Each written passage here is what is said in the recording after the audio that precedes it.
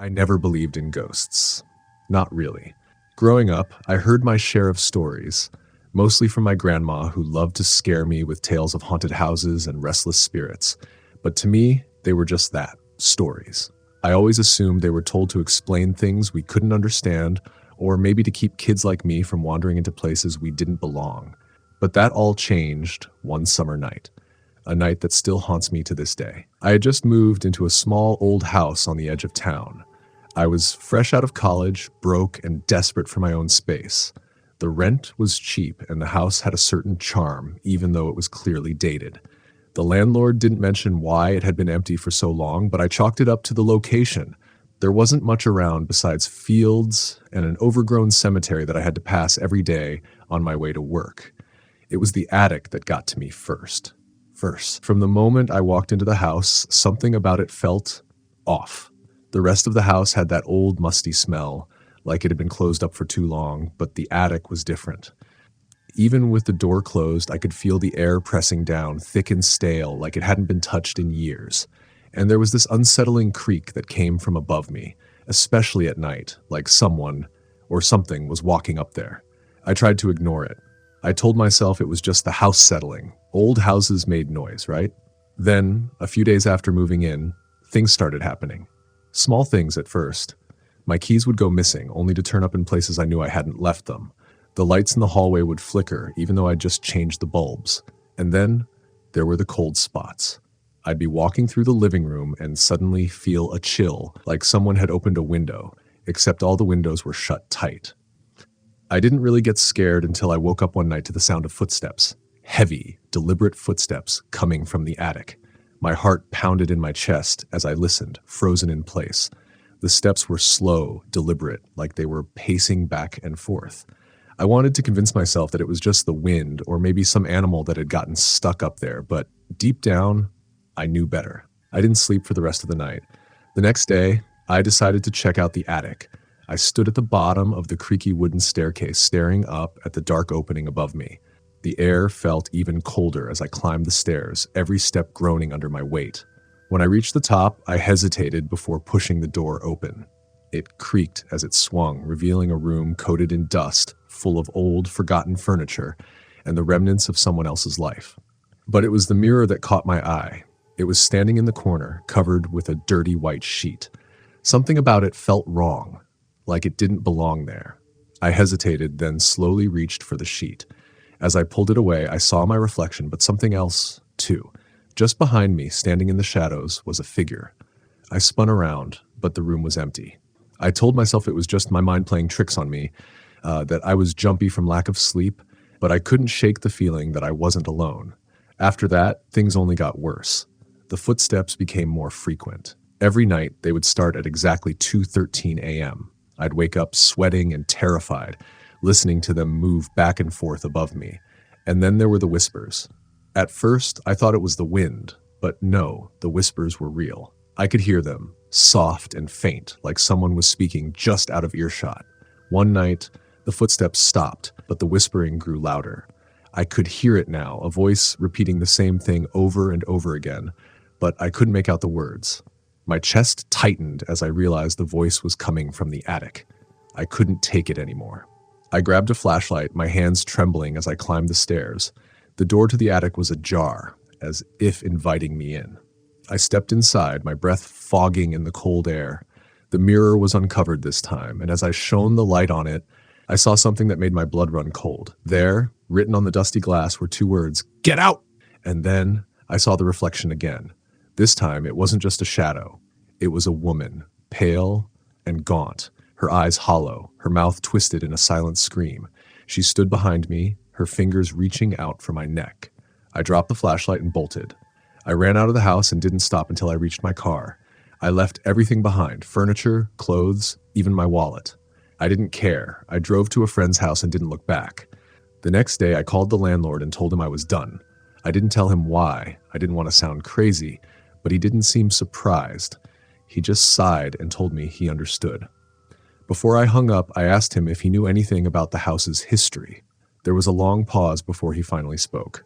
"Years ago," he said, "a woman lived there. She was found dead in the attic, hung herself from the rafters. They say her spirit still lingers. I hung up the phone and felt a chill run down my spine. I never went back to that house. I didn't need to. But sometimes, late at night, I still hear those footsteps in my dreams, pacing back and forth, waiting for someone else to come home. Story the end. Story number 2. It was the perfect place for a weekend retreat. Tucked away in the woods, miles from the nearest town, the cabin was everything I needed to get away from the noise of life. My job had been stressing me out, and the constant buzz of the city was too much to bear anymore. I wanted peace, solitude.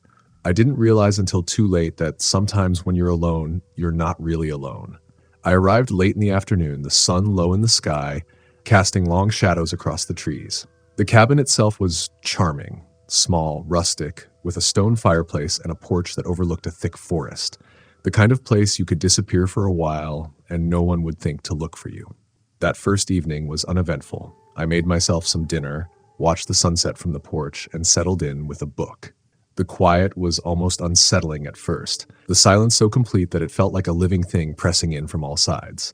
No cars, no voices, just the occasional rustle of leaves from the wind, or maybe some small animal moving in the brush. Around midnight, I decided to head to bed. The bedroom window looked out into the woods, and as I pulled the curtains closed, I couldn't shake the feeling that someone was watching me. I told myself it was just nerves. Being out in the middle of nowhere can play tricks on your mind. Still, I locked the door before crawling into bed. I must have fallen asleep quickly because the next thing I knew, I woke up in a cold sweat. My heart was racing, and I had no idea why. The room was pitch dark, the kind of darkness where you can't even see your hand in front of your face. And it was quiet. Too quiet. That's when I heard it. A faint tapping sound. At first, I thought it was my imagination, but it persisted. A steady, rhythmic knock, like someone gently tapping on glass. I sat up in bed, straining to listen. The sound was coming from the window. Tap, tap, tap. I tried to calm myself. Maybe it was a tree branch or an animal. But when I glanced at the window, I could see the curtains moving slightly, like someone or something was standing just outside. I felt a lump form in my throat as I crept toward the window. My hand trembled as I reached out to pull the curtain aside. Just a little, just enough to peek out. There was nothing, only darkness. I let out a breath I didn't realize I'd been holding and stepped back. I must have been imagining things. I'd been cooped up too long, my mind playing tricks on me. I laughed at myself, feeling foolish, and crawled back into bed, pulling the covers tight around me. But the tapping came again. This time, louder. Tap, tap, tap. It wasn't my imagination. Someone was out there. I jumped out of bed, grabbed the flashlight from the nightstand, and pointed it at the window. My hands were shaking so badly I could barely keep the beam steady as I moved closer. Then, through the thin curtain, I saw it. A face. Pale, gaunt, with hollow eyes and a crooked smile pressed against the glass. I stumbled back, dropping the flashlight, my breath coming in short gasps. I blinked, and the face was gone. My mind raced. What the hell was that? I tried to convince myself I'd imagined it, that it was some trick of the light or the reflection of my own face in the glass. But I knew better. It was real. I stayed awake the rest of the night, sitting in the corner of the room, clutching the flashlight in one hand and a knife from the kitchen in the other. Every creak of the floor, every whisper of wind sent my heart pounding. I didn't dare look out the window again. The sun eventually came up, flooding the room with light. The face was gone, but the memory of it was burned into my mind. I was ready to leave. I packed up as fast as I could, throwing my clothes and things into a bag. As I walked past the window, I hesitated, then pulled the curtain back one last time. There, on the outside of the glass, were smudges. Faint, but unmistakable, fingerprints, as if someone had been pressing their hands against the window, watching me from the other side. I got in my car and drove away without looking back.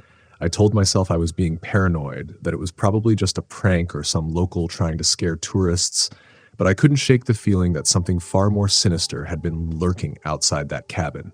For weeks after, I had nightmares about that face, its empty eyes, its eerie smile. I haven't been back to the woods since, and I never will. Story the end. Story number 3. When I inherited my uncle's house, I wasn't exactly thrilled. Sure, it was a free place to live, but the house itself was old, creaky, and sat on the outskirts of a small, nearly abandoned town. My uncle had lived there for decades, but we weren't particularly close, so his sudden death and leaving me the property felt more like a burden than a gift. Still, I had nowhere else to go, and with bills piling up, Moving into the house seemed like my best option. The place wasn't in terrible shape, just old, with the kind of eerie charm that makes every shadow feel a little too dark and every silence a little too loud. But there was one thing about the house that really unsettled me: the basement. My uncle had warned me once, a long time ago, not to go down there. I didn't think much of it at the time. Lots of old houses had creepy basements full of junk, but standing in front of that basement door on my first night, I could feel something wrong. The door was locked, and when I tried to open it, the key stuck as though the lock hadn't been turned in years. I told myself I wouldn't worry about it. There was no need to go down there anyway. I figured it was just full of old tools and dusty furniture, maybe some of my uncle's long-forgotten belongings. But as the days passed, I couldn't shake the feeling that something was down there, something that didn't want me to know it existed. On the third night, I heard it for the first time. It started as a faint sound, barely audible, like a low scratching coming from beneath the floorboards. I sat up in bed, listening, straining to hear, but it stopped as soon as I focused on it. I told myself it was just my imagination, that old houses make strange noises, but deep down, I knew it wasn't just the house. The next night, it was louder. This time it wasn't scratching. It was more like a shuffling, something moving slowly, deliberately, just below my feet. I followed the sound through the house, walking on tiptoe as it led me toward the basement door. My hand hovered over the key in the lock, but I couldn't bring myself to turn it. Something was wrong. I could feel it in my bones. The noises continued every night after that. Sometimes it was scratching. Other times it was a slow, rhythmic thump, like something or someone was knocking from the other side of the basement wall. I tried to ignore it, to convince myself it was just the wind or the house settling, but it got harder with each passing night. Finally, after a week of sleepless nights, I decided I had to know. I had to find out what was making the noise. I waited until the middle of the night when the house was at its quietest. I grabbed a flashlight, took a deep breath, and walked to the basement door. My hand shook as I turned the key, the lock grinding open with a loud, unsettling click. The door creaked as I pushed it open, revealing a narrow staircase descending into darkness. The air that wafted up from below was thick and damp, carrying the smell of mildew and something else, something foul like rotting meat. I hesitated at the top of the stairs, shining the flashlight down. The beam barely penetrated the darkness, but I could see the edges of broken shelves and old boxes stacked against the walls. The sound started again, the scratching coming from the far corner of the basement. My pulse quickened as I took my first step down. The wooden stairs groaned under my weight, every creak louder than the last. I moved slowly, my eyes darting around the room as I reached the bottom. The smell was overwhelming now, thick and nauseating. I swept the flashlight across the room, half expecting to see something crouched in the shadows.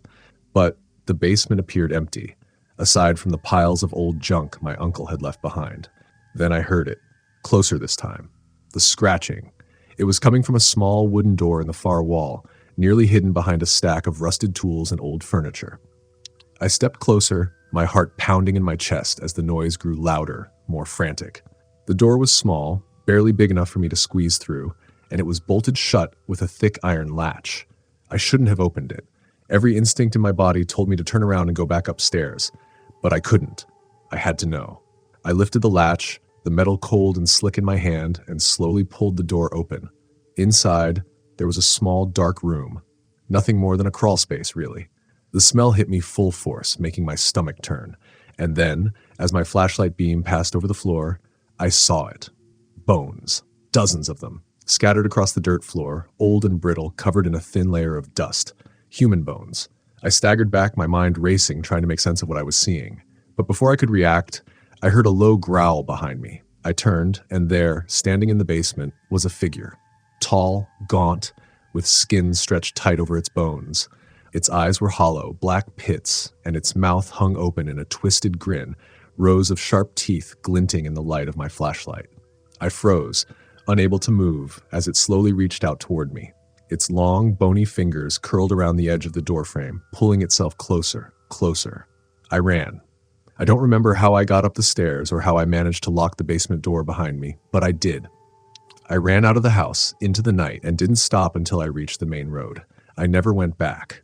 The house still stands, empty now, waiting for someone else to open that door. Someone who won't be as lucky as I was. Story the end. Story number 4. The drive to Redwood Lodge always gave me the creeps, but I never admitted it. I'm not the kind of guy to buy into all the ghost stories and urban legends. Still, when my buddy Tom dared me to spend a night there, I didn't back down. It's just an old house, I told myself. No big deal. Redwood Lodge had been abandoned for decades, sitting on the edge of town like a forgotten relic. People whispered about it, stories of weird noises, flickering lights, and the ghost of a woman who wandered the halls late at night. But that night, I was more worried about impressing my friends than ghosts. I arrived just before dusk. The house loomed before me, its windows dark like empty eye sockets. The front door hung slightly ajar, creaking in the wind. I shoved my flashlight into my backpack, took a deep breath, and stepped inside. The air inside was stale, heavy with the scent of rot and mildew. Every footstep echoed off the dusty wooden floors as I made my way through the front hallway. The floorboards groaned under my weight, and the house seemed to breathe with me, its presence oppressive like it was alive. I headed upstairs, figuring I'd set up camp in one of the bedrooms. The staircase was narrow and steep, and halfway up, I could have sworn I felt a hand brush the back of my neck. I whipped around, shining my flashlight down the stairs, but there was nothing there. My skin crawled, but I told myself it was just my imagination. At the top of the stairs, I chose the first bedroom on the right. The room was small and mostly empty, save for an old wooden rocking chair sitting in the corner.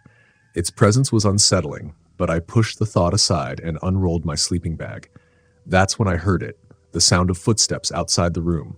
Slow, deliberate, heavy steps. My heart started racing and I froze, flashlight in hand, listening intently. The footsteps stopped just outside my door and I felt a presence on the other side. Waiting. I wasn't about to open the door. Instead, I backed up against the far wall, gripping my flashlight like a weapon. Then, as suddenly as they had started, the footsteps retreated, fading into the distance. I let out a shaky breath, trying to convince myself it was just an animal, maybe a raccoon or some stray dog. But deep down, I knew better. I had felt something cold and unnatural. The night dragged on, the hours stretching impossibly long. Every creak and groan of the house seemed amplified in the silence. And then, around midnight, I heard the sound again, those same heavy footsteps. But this time, they weren't coming from outside the room, they were inside. The rocking chair in the corner began to move, creaking softly as it rocked back and forth. I hadn't touched it. My throat went dry as I stared at the chair, too terrified to move. My flashlight flickered, and the room plunged into darkness. That's when I saw her. She stood in the corner, her long black hair hanging in damp strands over her pale, gaunt face. Her eyes were dark pits, hollow and lifeless, and her mouth hung open in a silent scream. I couldn't breathe. I couldn't move. All I could do was stare as she slowly turned her head toward me, her eyes locking onto mine. Suddenly, the door slammed shut, and the temperature in the room plummeted. My breath came out in visible puffs, and I could feel her getting closer, though she never moved. It was like her presence filled the room, pressing down on me, suffocating me. I snapped out of my frozen state and scrambled for the door, yanking it open and sprinting down the stairs 2 at a time. But as soon as I reached the front door, it slammed shut in my face. I yanked on the handle, but it wouldn't budge. I was trapped. Then I heard it, the sound of whispering. Faint, almost unintelligible, but growing louder. It surrounded me, coming from the walls, the ceiling, the very air itself. The whispers became screams, desperate, tortured cries that echoed in my skull, driving me to the brink of madness. I backed into the corner of the hallway, trembling, my back pressed against the cold, damp wall. That's when I felt her again. She was behind me. I could feel her icy breath on the back of my neck, the stench of decay filling my nostrils. I didn't dare turn around, but I knew she was there. Suddenly, I felt a cold hand close around my wrist, and I screamed. I spun around, but no one was there. The whispers stopped. The house was silent again, but the cold lingered. I bolted for the door once more, and this time it flew open with a crash. I didn't stop running until I was back in my car, gasping for breath, my hands shaking uncontrollably. I fumbled with the keys, starting the engine and peeling out of the driveway as fast as I could. I didn't look back. I couldn't. I drove for hours, not stopping until I was miles away from Redwood Lodge. But even as I write this, I can still feel her, watching, waiting. Sometimes at night, I hear those same footsteps outside my bedroom door. The whispers come back too, haunting me in the dead of night. I'll never go back to Redwood Lodge. I'll never speak of what happened that night again. But I know she's still there, trapped in that decaying house, waiting for her next victim. If you're thinking about going there, don't. Trust me. Story the end. I've been a rideshare driver for about 5 years, and I've seen all kinds of people. Drunk college kids, tired office workers, late-night partygoers, you name it. But there was one night about a year ago that still haunts me. I haven't told anyone about it until now. It was a typical Friday night, and the city was buzzing with life. I had just dropped off a group of friends downtown when a new request came in, pinging on my phone. The location was a bit out of the way, a small road on the outskirts of town that didn't lead to many places. But a ride's a ride, so I accepted. I remember thinking it was strange how dark the road was as I got closer. The streetlights faded, and soon there was nothing but the dim glow of my headlights cutting through the mist that had settled in. It was one of those thick, eerie mists that made everything seem slower, quieter, the kind that makes the world feel just a little bit off. When I reached the pickup point, my GPS showed a small gravel path leading up to an old house. The place looked abandoned, its windows dark and the yard overgrown with weeds. There was no sign of life, no lights, no cars in the driveway. I double-checked the app. This was definitely the location. I waited for a few minutes, wondering if someone had made a mistake. I was about to cancel the ride when, out of nowhere, a woman appeared. She stepped out of the mist like she had materialized from it. She was dressed in a long black coat, her pale face hidden beneath a wide-brimmed hat. I rolled down my window. "Are you waiting for a ride?" I asked, my voice sounding strange in the stillness. She didn't answer right away, just nodded and opened the back door, sliding in silently. Something about her unsettled me. Her movements were slow, deliberate, and she never made eye contact. I could barely see her face in the rearview mirror, just the shadow of her hat and the paleness of her skin. "Where to?" I asked, hoping to break the tension. She finally spoke, her voice low and distant. "Home," she said. "Take me home." I glanced at the app. No address was entered, just a blank screen. "I'm gonna need an address," I said, trying to keep things light, though my hands were gripping the steering wheel tighter than usual. She slowly lifted her head, and in the mirror, I saw her eyes for the first time. They were dark, almost black, with a strange gleam to them. "You know the way," she said. A cold shiver ran down my spine. I didn't know what she meant, but something told me to start driving. So I did. The road stretched on, winding through areas I didn't recognize. The mist seemed to thicken around us, swallowing everything outside the car. I kept glancing in the rearview mirror, but she just sat there, still as a statue. The farther we drove, the more disoriented I felt. The GPS wasn't working, and there were no road signs, no familiar landmarks, just endless mist. After what felt like hours, the woman spoke again. "It's close now," she whispered. I glanced out the window, but all I saw was darkness. No houses, no lights. "Close to what?" I asked, my voice shaky. She didn't answer. Suddenly, the car jerked violently to the side, like something had hit it. I slammed on the brakes, the tires skidding on the gravel. "What the hell?" I shouted, looking around, but there was nothing out there. The mist swirled around the car, thick and impenetrable. When I turned to ask the woman if she was okay, she was gone. The back seat was empty. My heart pounded in my chest as I stared at the seat where she had been sitting just moments before. The door hadn't opened, and I hadn't heard her get out. She had simply vanished. I stepped out of the car, my breath coming out in frantic gasps. The mist curled around me, cold and suffocating. I looked around, but the woman was nowhere to be seen. It was like she had dissolved into the fog. I got back in the car, my hands shaking as I gripped the steering wheel. I didn't care about the ride anymore. I just wanted to get out of there. I floored the gas, speeding down the empty road, desperate to escape whatever nightmare I had stumbled into. Eventually, I found my way back to the city, though I don't remember how. It was as if the road had shifted, taking me where it wanted me to go. When I finally stopped the car, I was drenched in sweat, my heart still racing. I checked the app again, and my last ride wasn't listed. There was no record of the trip.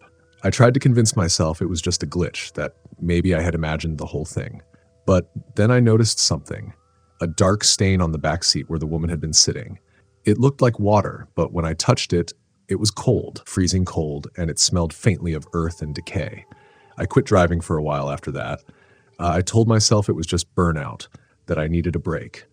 But deep down I knew the truth. Whatever or whoever that woman was, she wasn't looking for a ride. She was looking for something else. something I don't want to think about. I still get chills every time I see mist on the road at night. Sometimes I even think I see her in the distance, standing by the side of the road, waiting for another driver to pick her up. But if you ever see her, don't stop. Just keep driving. Story the end. When I was a kid, I spent my summers at my grandparents' cabin deep in the woods. It was a quiet place, far from the nearest town, surrounded by thick trees and endless trails. I loved it there. It felt like a world away from everything, just me, nature, and the freedom to explore. But there was one part of the woods I never ventured into, and it wasn't because I didn't want to. It was because of the stories my grandpa used to tell me. He called it the Watcher's Forest, a stretch of trees at the far end of the property where, according to him, something lived, something that watched, waited, and sometimes followed. Of course, I didn't believe him, not at first. I thought it was just one of those scary stories adults told to keep kids from wandering too far into the woods. But the way he talked about it, the look in his eyes when he mentioned the Watcher, I started to wonder if maybe, just maybe, there was more to it. One summer, when I was about 12, my curiosity got the best of me. It was a hot, lazy afternoon, and my grandparents were both napping. The cabin felt stuffy, and the breeze outside was calling to me. I grabbed a bottle of water and decided to take a walk. At first, I stayed on the familiar trails, wandering through the trees with the sun filtering through the branches. But before I knew it, I found myself at the edge of the property, staring into the part of the woods my grandpa had warned me about, the Watcher's Forest. The trees looked the same as everywhere else, but there was something different about the air. It felt heavier, thicker, and even though it was a warm day, a sudden chill ran down my spine. I stood there, debating whether or not to go in. My grandpa's stories echoed in my mind, but I was 12. I wasn't afraid of some old ghost story. I stepped forward. As soon as I crossed into the trees, everything changed. The sounds of the forest, the birds, the rustling leaves faded into an eerie silence. The air grew cooler, and a strange, unsettling feeling settled over me, like I was being watched. I kept walking, telling myself it was all in my head. But as I moved deeper into the woods, that feeling grew stronger. It was as though someone or something was just behind me, watching my every step. I glanced over my shoulder, but there was nothing there. Only trees. I walked faster. The deeper I went, the more disoriented I became. The woods all started to look the same, endless, towering trees with no clear path. I couldn't tell which direction I'd come from, and the sun was starting to dip behind the treetops, casting long shadows across the ground. Then, I saw it. At first, I thought it was a trick of the light. A shape in the distance, just beyond the trees. It was tall, almost as tall as the trees themselves, but it was thin, impossibly thin, like a shadow stretched too far. I stopped in my tracks, my heart pounding in my chest. The shape didn't move, but I could feel its eyes on me, cold, calculating, watching. I backed away slowly, keeping my eyes on the figure, but it didn't disappear. It just stood there, unmoving, silent. I tried to tell myself it was just a tree, or maybe my mind playing tricks on me, but deep down, I knew better. That was the Watcher. I turned and ran. I didn't care where I was going. I just needed to get away. The trees blurred past me as I sprinted through the forest, my breath coming in ragged gasps. But no matter how fast I ran, I couldn't shake the feeling that something was following me, just out of sight. I glanced back once, and I swear I saw it. The tall, shadowy figure moving between the trees, following me. I didn't stop running until I burst out of the woods, stumbling onto the familiar trail that led back to my grandparents' cabin. My legs felt like they were about to give out, but I kept moving, not daring to look back. When I finally reached the cabin, I slammed the door behind me and locked it, my hands trembling. My grandparents were still asleep, unaware of what had just happened. I didn't wake them. I didn't tell them what I'd seen, but I never went back into those woods. A few years later, after my grandparents passed away, the cabin was sold. I haven't been back since. But sometimes late at night, I still think about that figure. The way it stood there, watching, waiting. I wonder if it's still out there, hidden in the trees, waiting for someone else to wander too far. And I wonder what would have happened if I hadn't run. Story the end. Story number 7. It started with the window in my bedroom. I had lived in my small, one-bedroom apartment for about 6 months, and nothing strange had ever happened. The building was old, sure, but the kind of old that creaked and groaned in normal ways. Pipes making noise, the wind rattling the windows. I got used to it, until one night something changed. I was lying in bed, scrolling through my phone, when I noticed a flicker of movement out of the corner of my eye. It came from the window, which looked out onto the street below. At first, I thought it was just a shadow from a passing car, but then it happened again, a subtle shift in the darkness, like someone moving just outside. I sat up, my heart racing a little faster, and stared at the window. The blinds were halfway closed, leaving a small gap at the bottom. That's when I saw them. Eyes. Two dark, hollow eyes staring in through the gap. I froze, my breath catching in my throat. The eyes didn't move, just stared, unblinking, watching me. It was too high up for anyone to be standing outside my window. My apartment was on the second floor. There was no fire escape, no ledge for anyone to stand on. But those eyes, they were there, and they were watching me. I wanted to get up, to rush over and close the blinds completely, but I couldn't move. Something about the eyes held me in place, like they were pulling me in, trapping me in their gaze. My skin crawled with a deep primal fear. Then, without warning, they vanished. 1 second they were there, and the next, the space outside the window was empty again. I sat there for what felt like hours, my heart pounding in my ears, until I finally gathered the courage to stand up and walk over to the window. I yanked the blinds shut and backed away, feeling ridiculous. It was just a trick of the light, I told myself. You're tired. You imagined it. But deep down, I knew I hadn't. The next few nights, I couldn't shake the feeling that I was being watched. I started sleeping with the blinds fully closed, but even then, I could feel those eyes on me. I tried to ignore it, tried to convince myself it was all in my head, but the sensation grew stronger every night. Then, one evening, I came home late from work. I was exhausted and ready to collapse into bed. I hadn't thought about the eyes for most of the day, so I figured maybe it had all been my imagination after all. But as soon as I walked into my bedroom, I knew something was wrong. The blinds were open. Not halfway like before. Completely open. I was certain I had closed them before leaving for work that morning. My stomach twisted in knots, but I walked over to the window, my hands shaking as I pulled the blinds shut again. That's when I saw it. Written on the inside of the window in what looked like condensation or smudged fingerprints were 2 words, I see you. I stumbled back, my heart racing, trying to make sense of it. I hadn't written that. No one else had been in my apartment. The windows hadn't been fogged up at any point during the day. It was summer, after all. But the words were there, clear as day, written from the inside. I called the building manager, desperate for an explanation. He checked the security cameras, but no one had been near my apartment all day. No break-ins, no strange visitors, nothing. He tried to reassure me, but I could see the unease in his eyes. That night, I didn't sleep. I sat in the living room with every light on, staring at the hallway that led to my bedroom. I didn't want to go back in there, but I knew I couldn't avoid it forever. Around 3 a.m., I heard a sound. It was faint at first, like a tapping on glass. I tried to ignore it, but it grew louder, more insistent. The tapping was coming from the bedroom, specifically from the window. I grabbed my phone, my hand trembling, and slowly crept toward the hallway. The tapping continued, rhythmic and steady, like someone gently knocking on the window from the outside. But that wasn't possible. I was on the second floor, and there was no way anyone could reach the window. When I reached the bedroom door, the tapping stopped. I stood there, frozen in place, listening to the deafening silence that followed. My heart was pounding so hard I thought it might burst. I slowly turned the doorknob and pushed the door open. The room was dark, but in the glow from the hallway light, I could see the window. The blinds were open again, and in the small gap at the bottom, the eyes were there, staring at me. My body went cold. I wanted to scream, to run, but I couldn't. The eyes were like black voids, pulling me in, holding me captive. I couldn't move. I couldn't think. All I could do was stare back. And then they blinked. That simple motion broke the spell, and I finally found the strength to slam the door shut. I ran out of the apartment without looking back, not stopping until I was halfway down the street. I didn't go back that night. I couldn't.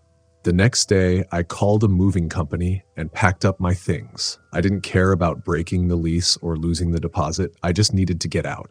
I found a new place across town, somewhere far away from that apartment and those eyes. But even now in my new home, I still feel it sometimes. That sense of being watched. Every now and then, I'll catch a flicker of movement out of the corner of my eye, and I swear, for just a moment, I see those eyes again. Watching. Waiting. Story the end. Story number 8. When I was younger, I had the typical fear of monsters under the bed, shadows in the dark, and things lurking in the closet. But as I grew older, those fears faded into nothing more than childish fantasies, until the year I moved into the apartment. It wasn't anything fancy, just a one-bedroom place on the second floor of a quiet building. The rent was cheap, which was a red flag I should have paid more attention to, but at the time, it was all I could afford. I liked the space. It was small, cozy, and had big windows that let in plenty of light during the day. At night, however, the apartment took on a different character. From the first night, I felt like something wasn't right. I'd lay in bed, staring up at the ceiling, unable to shake the feeling that I wasn't alone. You know that sensation when the hairs on the back of your neck stand up and you can feel someone watching you? I kept telling myself it was just the stress of moving, of being in a new place, but the unease lingered. It was the closet that unnerved me the most. In the bedroom, directly across from my bed, was a large closet with sliding doors. At night, it seemed darker than the rest of the room, like the shadows clung to it, refusing to let go. Every time I went to sleep, I made sure the doors were tightly shut. I couldn't explain why. It was just a habit, something that made me feel a little safer. Then one night, I woke up to a sound. It was subtle, barely audible, like the soft scrape of wood on wood. My eyes snapped open, and I listened, my heart beating fast in the quiet darkness. I glanced toward the closet, and my breath caught in my throat. One of the sliding doors, which I was sure I had closed, was open, just a crack. I stared at it, frozen, trying to convince myself that I'd simply forgotten to close it all the way. Maybe I hadn't been paying attention, or maybe it slid open on its own. Old apartments were full of quirks like that, right? But the feeling that I was being watched, was stronger than ever. I could feel eyes on me from that tiny gap in the closet door. My whole body tensed as I lay there, paralyzed by fear, staring at the darkness inside the closet. Nothing happened. The room was silent again, except for the sound of my own breathing. After what felt like hours, I forced myself to get up. I walked across the room, my heart pounding in my ears, and slid the closet door shut. I didn't sleep much that night. The next few nights were the same. Every time I went to bed, I made sure the closet was closed, but each morning I'd wake up to find it open again. Just an inch or two, but enough to make my skin crawl. I tried everything. I checked the floor to make sure nothing was causing the door to slide, even placed a chair against it to keep it closed. But no matter what I did, I would still wake up to that door open, the crack growing wider each night. Then came the night that I saw him. It was late, sometime after midnight. I woke up suddenly, heart racing for no reason. The room was silent, the air still. I lay there for a moment, trying to calm myself, telling myself it was nothing. But then I heard it, a slow, deliberate creaking sound. I turned my head toward the closet. The door was sliding open. My breath caught in my throat as I watched, too terrified to move. The door slid open just a few inches at first, and I stared into the inky blackness. But this time, it wasn't just the dark I saw. There was a figure. He was crouched in the corner of the closet, barely visible in the dim light filtering through the window. He was tall, his limbs impossibly long, and he was hunched over like he was trying to squeeze himself into the small space. His face was hidden in shadow, but I could see the outline of his features, sharp, angular, and wrong. His eyes glinted in the dark, and I knew, without a doubt, that he was watching me. I wanted to scream, but my voice was caught in my throat. I couldn't move, couldn't breathe. I just lay there, frozen, as he slowly began to uncurl himself, inching toward the opening of the closet door. That's when I bolted. I leapt out of bed, not even bothering to grab anything, and ran out of the room. I didn't stop until I was outside the apartment building, gasping for air, my hands shaking. I called a friend, begging them to let me stay the night, and I didn't return to the apartment until the next day. When I went back, I brought a friend with me. I couldn't bear the thought of going in alone. We searched the entire apartment, but there was nothing. No sign of anyone in the closet, no sign of forced entry. My friend thought I had just imagined it, maybe some vivid nightmare brought on by stress, but I knew better. I moved out the following week. I didn't care about the deposit. I didn't care about finding a new place. I just couldn't stay there. Not with him still in the closet, waiting for me to fall asleep again. I never told the new tenants about what happened. I never told anyone, really. But every now and then I wonder if they've seen him. If they wake up in the middle of the night to the sound of that closet door sliding open, just a crack. And if they do, I hope they don't wait as long as I did to leave. Story the end. Story number 9. I grew up in a small, quiet town where nothing ever really happened. My parents had bought an old fixer-upper house when I was about 10, and I remember them being so excited about making it our own. It was a typical two-story colonial, white paint peeling off the wood, creaky floors, and an attic that always seemed too dark, no matter how many lights we put in. At first, everything was normal. My parents were constantly renovating, and I spent my days outside playing or exploring the woods behind the house. It wasn't until a few months after we moved in that I noticed the whispering. It was late one night, maybe 2 or 3 a.m. I was lying in bed, half asleep, when I heard it. A soft, almost unintelligible murmur, like a voice too far away to make out. I thought it was my parents talking downstairs, so I ignored it and drifted back to sleep. But the next night, it happened again. This time, the whispering was closer, coming from the walls of my bedroom. I sat up in bed, listening intently. It wasn't the sound of my parents, it was something else. The voice was faint but steady, like someone was standing on the other side of the wall, speaking in hushed tones. I got out of bed and pressed my ear to the wall, trying to make sense of the words. But the whispers didn't form any real sentences, just a constant stream of unintelligible noise. I backed away, feeling unsettled. I wanted to tell my parents, but I didn't want to sound ridiculous. So I kept it to myself. The whispers continued over the next few weeks, always at night, always when I was alone in my room. I tried to drown them out with music or TV, but no matter what I did, they seemed to seep through the noise, soft and persistent. One night, I finally decided to tell my parents. I was sitting at the dinner table, picking at my food, when I blurted it out. "I think there's something weird about my room," I said, avoiding their eyes. My mom raised an eyebrow. "Weird how?" I hesitated. "I keep hearing these whispers, like someone's talking in the walls." My dad chuckled, shaking his head. "Old houses make noises, kiddo. It's probably just the pipes or the wind." I wanted to believe him, but I knew the difference between creaky pipes and a voice. I knew what I was hearing wasn't normal, but they wouldn't listen. They shrugged it off, and the subject was dropped. A few nights later, the whispers got louder. They weren't just faint murmurs anymore, they were clearer, almost like a conversation happening right behind my bed. I couldn't make out the words, but there was a rhythm to them, like two voices speaking back and forth, fast and urgent. Then something new happened. I was lying in bed, staring at the ceiling, trying to ignore the voices, when I heard a scratching sound. It was faint at first, barely noticeable over the whispers, but it grew louder, more frantic. It was coming from the walls, the same place the voices were. My heart pounded in my chest as I listened to the sound, a steady, relentless scratching, like nails clawing at the inside of the wall. Suddenly, I felt a cold breeze sweep across my room. I looked over at the window, but it was closed. The air felt heavy, oppressive, like something was watching me. I pulled the covers up to my chin, my eyes darting around the room, but nothing seemed out of place. And then, just as suddenly as it started, the scratching stopped. I barely slept that night, and the next morning I begged my parents to let me switch rooms. They didn't take me seriously at first, but after a few nights of hearing me complain, they reluctantly agreed. I moved my stuff into the guest room down the hall, and for a while, things were quiet. But the whispers didn't stop. They followed me. At first, I thought I was imagining it, that I was just on edge from everything that had happened. But soon enough the voices returned, faint and distant at first, then louder and more insistent, and the scratching came with them. One night as I lay in bed, I heard the sound again, coming from the far corner of the room. But this time it wasn't just scratching. There was a thudding sound, too, like something knocking against the wall from the inside. I sat up, my pulse racing, and stared at the spot where the noise was coming from. The knocking grew louder, more desperate, until the wall began to tremble. I was too terrified to move, my eyes fixed on the shaking wall. I was about to scream for my parents when the noise suddenly stopped. The room fell silent. The air was still. But in the silence, I heard something that sent chills down my spine. A voice. Clear this time, unmistakable.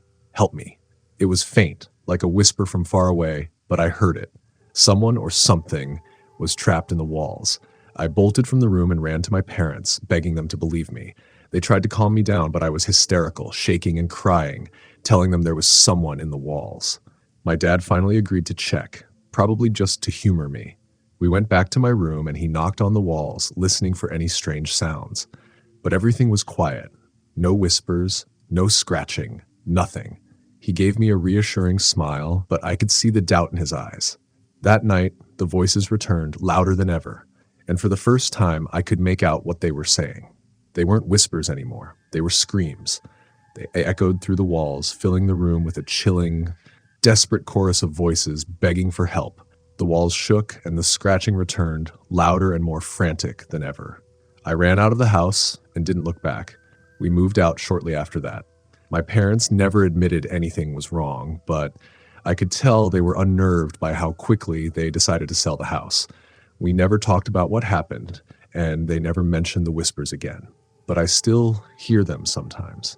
In the dead of night, when everything is quiet, I hear the faint sound of scratching and voices, begging to be let out. And I can never escape the feeling that something is still trapped in those walls, waiting to be found. Story the end. Story number 10. It was supposed to be a shortcut, a way to shave an hour off my drive back home. I had been on the road for hours, the sun setting behind me as I navigated the winding country highways. I wasn't familiar with the area, but the GPS said there was a side road up ahead that could get me home faster. I figured, why not? The less time I spent driving, the better. The turnoff was easy to miss. It was a narrow, cracked road with no signposts or markings, barely visible in the growing twilight. The trees on either side of the road formed a thick canopy overhead, blocking out what little light was left in the sky. As I turned onto the road, my GPS flickered, the signal dropping in and out, but I ignored it. This was a back road, no surprise there. At first, it seemed like any other country road. Quiet, empty, with fields and trees stretching out on either side. But after a few minutes, the road began to change. The pavement became rougher, the cracks in the asphalt widening, and the trees seemed to press in closer, their branches reaching out like twisted fingers. The air grew heavy, the kind of stillness that makes you feel like you're the only living thing for miles. I glanced at the clock. According to the GPS, I should have been halfway through the shortcut by now, but the road just kept stretching on, endless and unchanging. I hadn't seen another car, another house, not even a mailbox, just the road and the trees. My unease grew, but I pushed it down. I'd be out of here soon, I told myself, just a little farther. Then, out of nowhere, I saw it, a figure standing by the side of the road. I hit the brakes, my heart leaping into my throat. The figure was tall and motionless, standing just on the edge of the woods. It was hard to make out any details in the fading light, but it was definitely a person, or at least shaped like one. I slowed to a stop, staring at the figure. They didn't move, didn't acknowledge my car, just stood there, perfectly still, as if they were waiting for something. A chill ran down my spine. Something about the way they stood there, so silent, so unnatural, set off alarm bells in my head. I didn't know what they were doing out here, but I wasn't about to stick around to find out. I pressed the gas and drove on, glancing in the rearview mirror as the figure disappeared into the distance. The road seemed darker now, the trees thicker, and I could feel the weight of the silence pressing down on me. My fingers gripped the steering wheel tighter as I drove faster, eager to be done with this road. That's when I saw it again. The figure. It was standing by the side of the road, just ahead, in the same position as before, motionless, waiting. My heart pounded in my chest as I sped past. There was no way it could have gotten there ahead of me. I hadn't taken any turns, hadn't doubled back. But there it was, standing in the same eerie stillness like it had never moved. Panic began to bubble up inside me. I pressed the gas pedal harder, the car speeding down the narrow road. The trees flew by in a blur, and I kept glancing in the rearview mirror, half expecting to see the figure following me. But it wasn't in the mirror. It was in front of me again. Standing right in the middle of the road, I slammed on the brakes, the tires screeching as the car skidded to a halt. The figure stood directly in my path now, its silhouette barely visible in the darkness. My headlights flickered, casting brief flashes of light over its form. It wasn't a person, not anymore.